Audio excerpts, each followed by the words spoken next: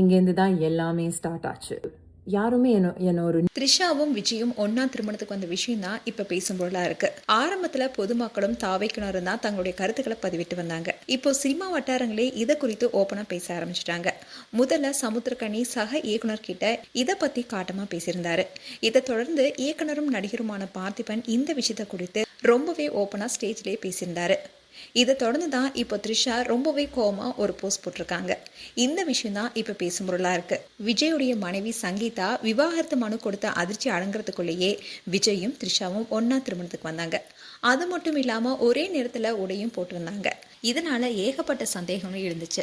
தன்னுடைய விவாகரத்து மனுவில் சங்கீதா குறிப்பிட்டிருக்கிற நடிகை த்ரிஷாவா தான் இருப்பாங்கன்னு எல்லாருமே நினைச்சிட்டு இருந்த நேரத்துல அதை உறுதிப்படுத்தும் விதமா விஜயுடைய செயல் அமைந்து விட்டதுனால அவருடைய கட்சியினரே சொல்லிட்டு வராங்க.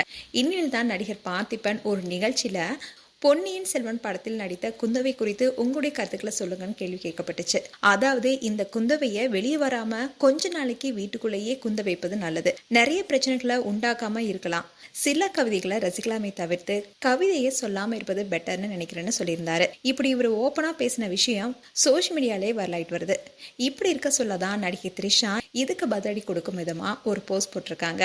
த்ரிஷா பார்த்திபன் சொன்ன விஷயத்த குறித்து அந்த நிகழ்ச்சி ஏற்பாட்டாளர்கிட்ட தொடர்பு கொண்டு பேசியிருக்காங்க. அப்போ அவர் என்ன சொல்லியிருக்காருன்னா, அப்போ உங்களுடைய பேரும் உங்களுடைய போட்டோவும் கடைசி நேரத்துல ஒரு நபருடைய கோரிக்கையால தான் நாங்க சேர்த்தோம்னு அந்த நிகழ்ச்சி ஏற்பாட்டாளருடைய உதவியாளர் மூலமா எனக்கு தெரிய வந்தது. ஒரு மைக்ரோஃபோன் ஒருத்தர் வச்சிருக்கிறதுனால அவங்களுடைய கருத்து புத்திசாலித்தனமாவோ இல்ல நகைச்சியாவோ ஆகிடாது. அது வெறும் முட்டாள்தனத்தை இன்னும் சத்தமா சொல்ல வைக்கும். அறிவில்லாம பேசப்படும் கீழ்த்தரமான வார்த்தைகள், அதோட அதை யாரை நோக்கி கூறப்படுது என்பதை காட்டிலும் பேசுறவங்களை பற்றியே அதிகமா சொல்லும்னு ரொம்பவே காட்டமா பதில் கொடுத்திருக்காங்க. இந்த போஸ்ட் தான் இப்போ சோஷியல் மீடியால வைரலாயிட்டு வருது.